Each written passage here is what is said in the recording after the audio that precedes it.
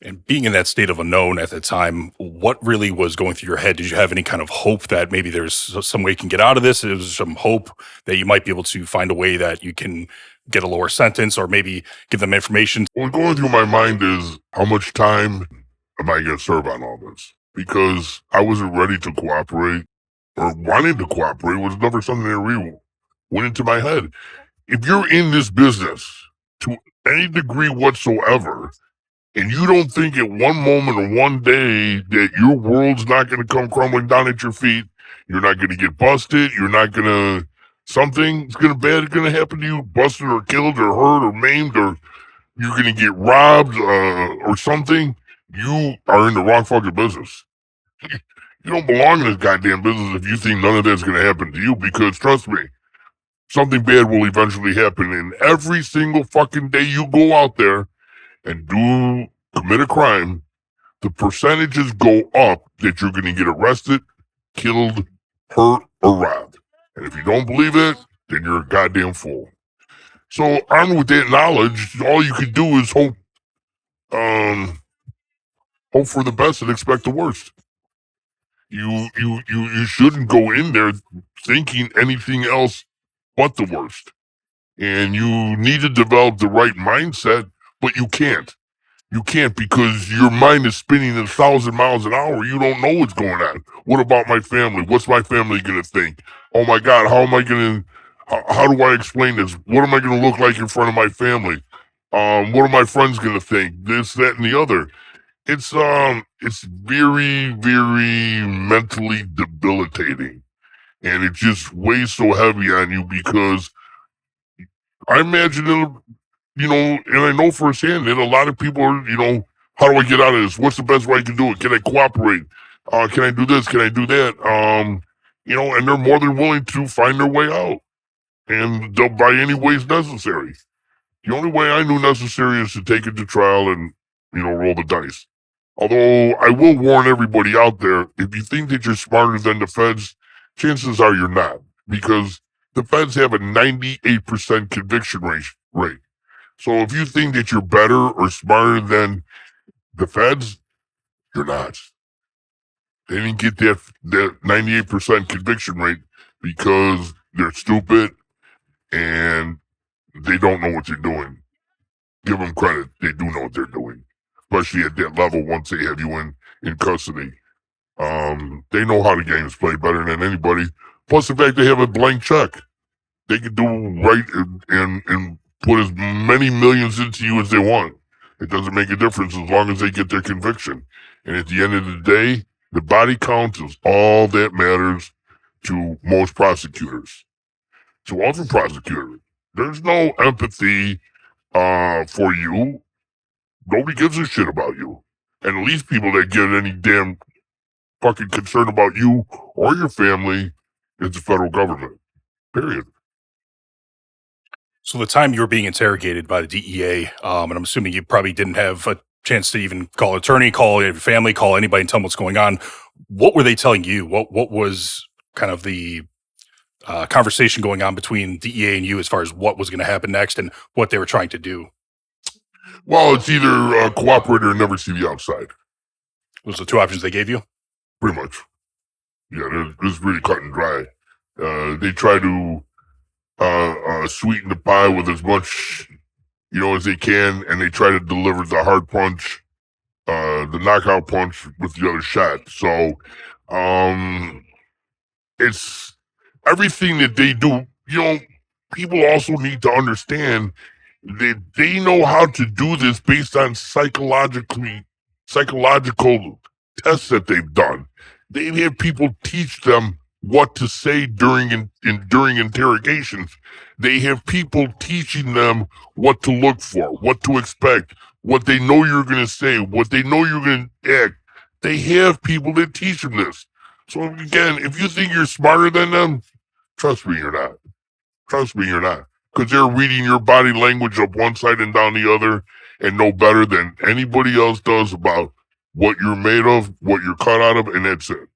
So you might as well just get your mind right, try and reach out for an attorney. I was lucky my family finally did after I called them. and we got an attorney to help us, a local attorney, and he's the one who represented me at trial. And just help me understand, because you were arrested by the DEA and in their custody. This is federal custody, correct? This is not state custody. This is not local Correct. custody. This has nothing to do with the local police. This is basically all federal case. You are correct. Everything that we're going to discuss from this moment going forward, everything has to do with being incarcerated by the feds and with the feds.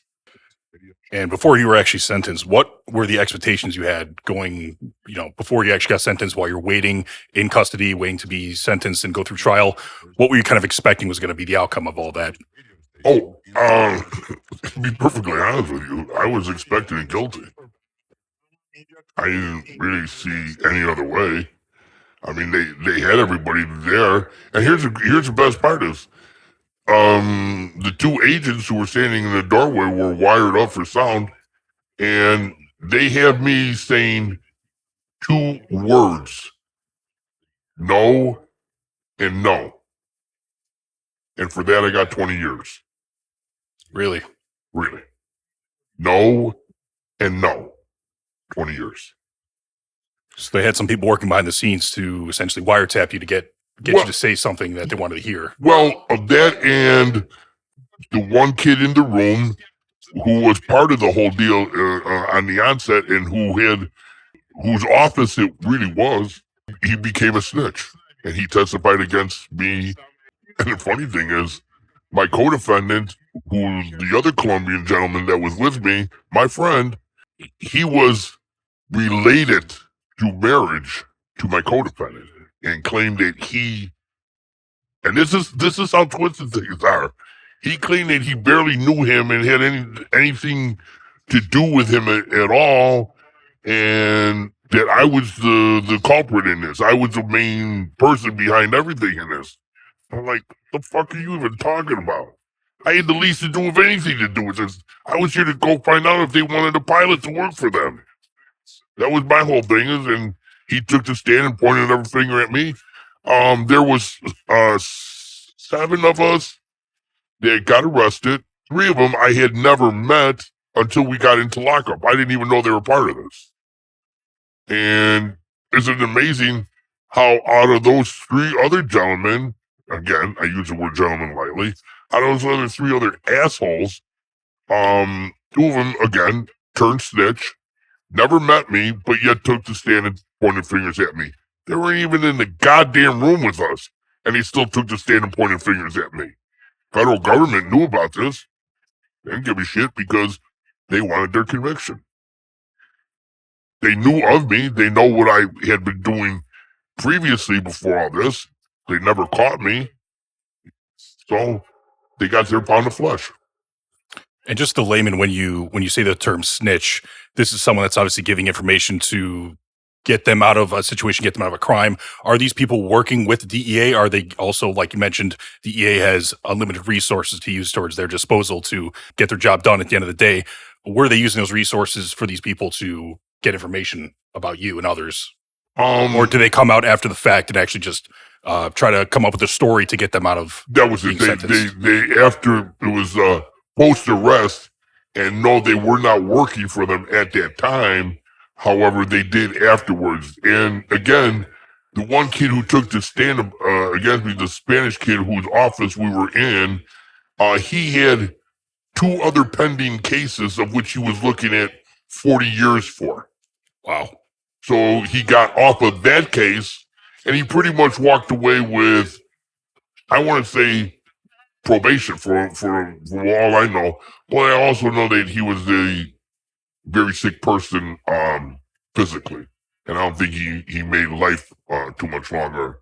Maybe about 3 more years before he passed away. For a person that goes on and snitches, is there consequences for that person, or is there something that is going to happen to that person on the outside world after they do that? Yeah, great question. In the drug world, in the early 80s, 85 on down, 87 on down, they would hold their own brand of justice, and if you were a snitch, chances are you were going to be tortured and die a miserable fucking death of what you had coming to you. I hate for it to sound the way it does, but it's the truth. Because here's my point is, if you're out there and you're committing crime, and you know you're committing crime, and again, repeat goes back to what I said originally, that if you're in that world and you don't think you're going to get arrested, you're a fucking idiot. And you have coming to you what you have coming to you. But you've already destroyed your life. And because you're such a selfish son of a bitch, you want to ruin everybody else's fucking life. You want to ruin my family's life and everything else when you know, you rotten son of a bitch, that I had very minimal anything to do with the case. He was the one who was getting everything set up. He was the one who wanted the cocaine. He was the one the cocaine was going to. Nobody else. I was there to be introduced to these guys because they were looking for a pilot. Plain, pure, and simple. But they saw a way out. DEA gave him a way out, and he took it. And so did the other two gentlemen, whom I never met. Wow. And that's not the kind of trust and loyalty you think you would get from people you had worked together and built something upon.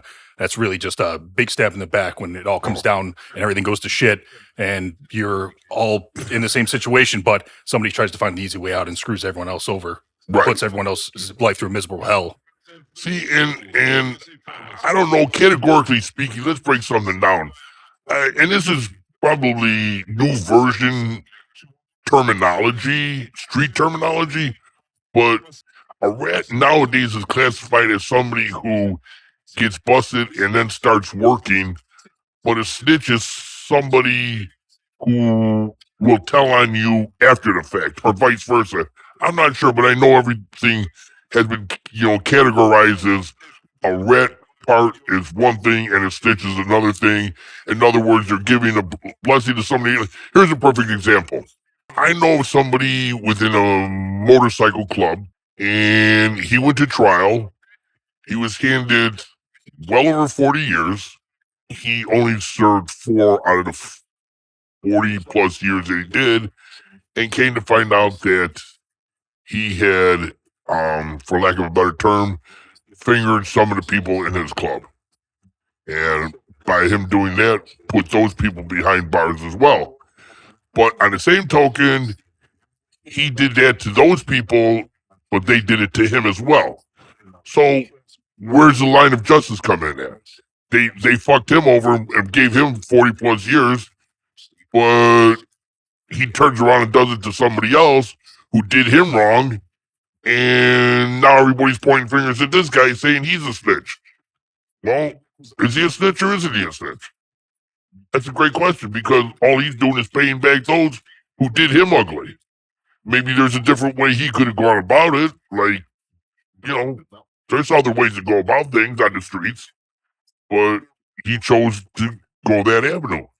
So now that he did, he pretty much became a pariah to everybody, that nobody really wants to talk to him, mess with him, or anything like that. And I don't know, maybe because I came, softer throughout the years, I can see why he would have done that. Do I agree with what he did? Not so much. But again, that was his calling, what he did. There's different ways, like I said, there's different ways to do things. There's different ways to react to things. And at that moment, when you're offered a deal like that and you're looking at all the time that he was, I don't know. It's a tough play to do. It really is a tough play to do. I know during my case that they had asked for 40 plus years, but the judge knew that the case was so much bullshit that he's like, no, that ain't gonna happen. I'm gonna, give my case was a minimum mandatory. Anytime you have a conspiracy case, you start at a minimum mandatory, which is, extreme draconian laws. There's no play at that time for anything except if you were a rat or a snitch. Then they have a cool little thing. It's called a 5K1 Rule 35 downward departure for substantial assistance. That's what you're eligible for. And then once they have all these other people in custody and in prison, then they'll bring you back in front of your sentencing judge, and he will give you the time that whatever the prosecution ask for you to get, off of your sentence. And it's also incumbent upon the judge to use his own gut to feel what he wants to get for you. It's several multi-layers. It's just not one layer says everything or dictates policy for how everything goes. It's a very unnatural balance now. There's no more justice in the streets for being a snitch. There is, but there isn't. You have to realize that nowadays, that if you lay your hands on a snitch, whether you're in prison, whether you're on the streets, and depends on how bad that you do them, you're looking at minimum of 10 years. And if you hurt him real bad or kill him, you could look up to life. So again, that's something that they have put out there that should weigh heavily on your mind as to what avenue that you want to go about doing your own brand of justice. Okay, now help me understand a little more. So essentially, somebody can snitch or rat somebody out during sentencing trial and stuff like that. Is it possible? And I think you mentioned this. They might come back later and go back to somebody after more people have been arrested or convicted of a certain offense. Are they going to go back to that person later on while they're already in prison to go try and reduce their sentence or try and get additional information out of them? Oh yeah. They will if they want you in some capacity that they think that you can be beneficial to them. Oh, trust me, they'll pay you a visit. I've seen it happen numerous times on people who were in what the federal government has termed as the mafia. I've seen them do that. Come back and ask them if you'll be willing to cooperate. And we know for a fact that, you have popped up on the to be killed list, and there's a contract on your life. Would you like to cooperate with us? And your days are numbered, so forth and so on. And or same thing applies with drug enforcement. They'll come back and make you an offer of some capacity too. That if you help us now, we can go back before a judge and get your time, cut down. Interesting. So it's really just another tool in their wheelhouse of unlimited resources for them to use. Essentially, they can just go back anytime, open up an old case, and try to get some more information out of someone. Absolutely. All right, so let's go ahead and switch now gears to your trial and getting sentenced. So what year was it when you actually went to trial and were sentenced? I went to trial in '93 because it was a period of wait for like almost 18 months before we went to trial. I was found guilty. Went to sentencing. I was sentenced to 20 years. And then here's the great part about that. I was actually sentenced to 30 years because I was given 10 years of what they call supervised release, which is the federal government's answer to parole via different terminology. So you're basically under their guise and you're under their thumb until you have completed that 10 years. So, yeah, in essence, I got a 30-year sentence. But I got to do the last 10 years on the streets. So anyways, yeah, I got my time and then was off to prison. And at this time, I was in what they call an MCC, which is a Metropolitan Correctional Center. Then you wait for designation, which they try sometimes to get you as close to your region because Bureau of Prisons has several different regions. They have a Mid-Atlantic region, they have a Northeast region, they have a Mid-Central region, they have a South Central.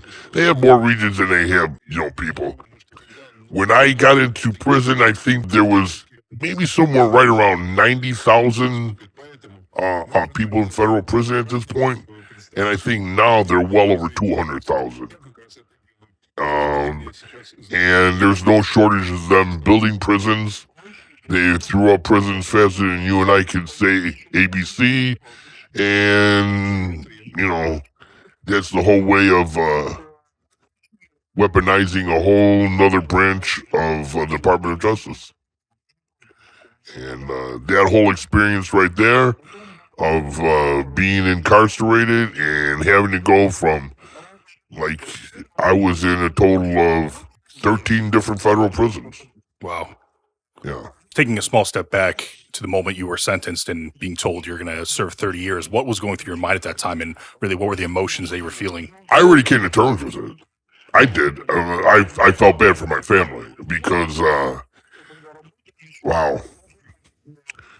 Without getting too emotional, it's the first time I ever saw my father cry.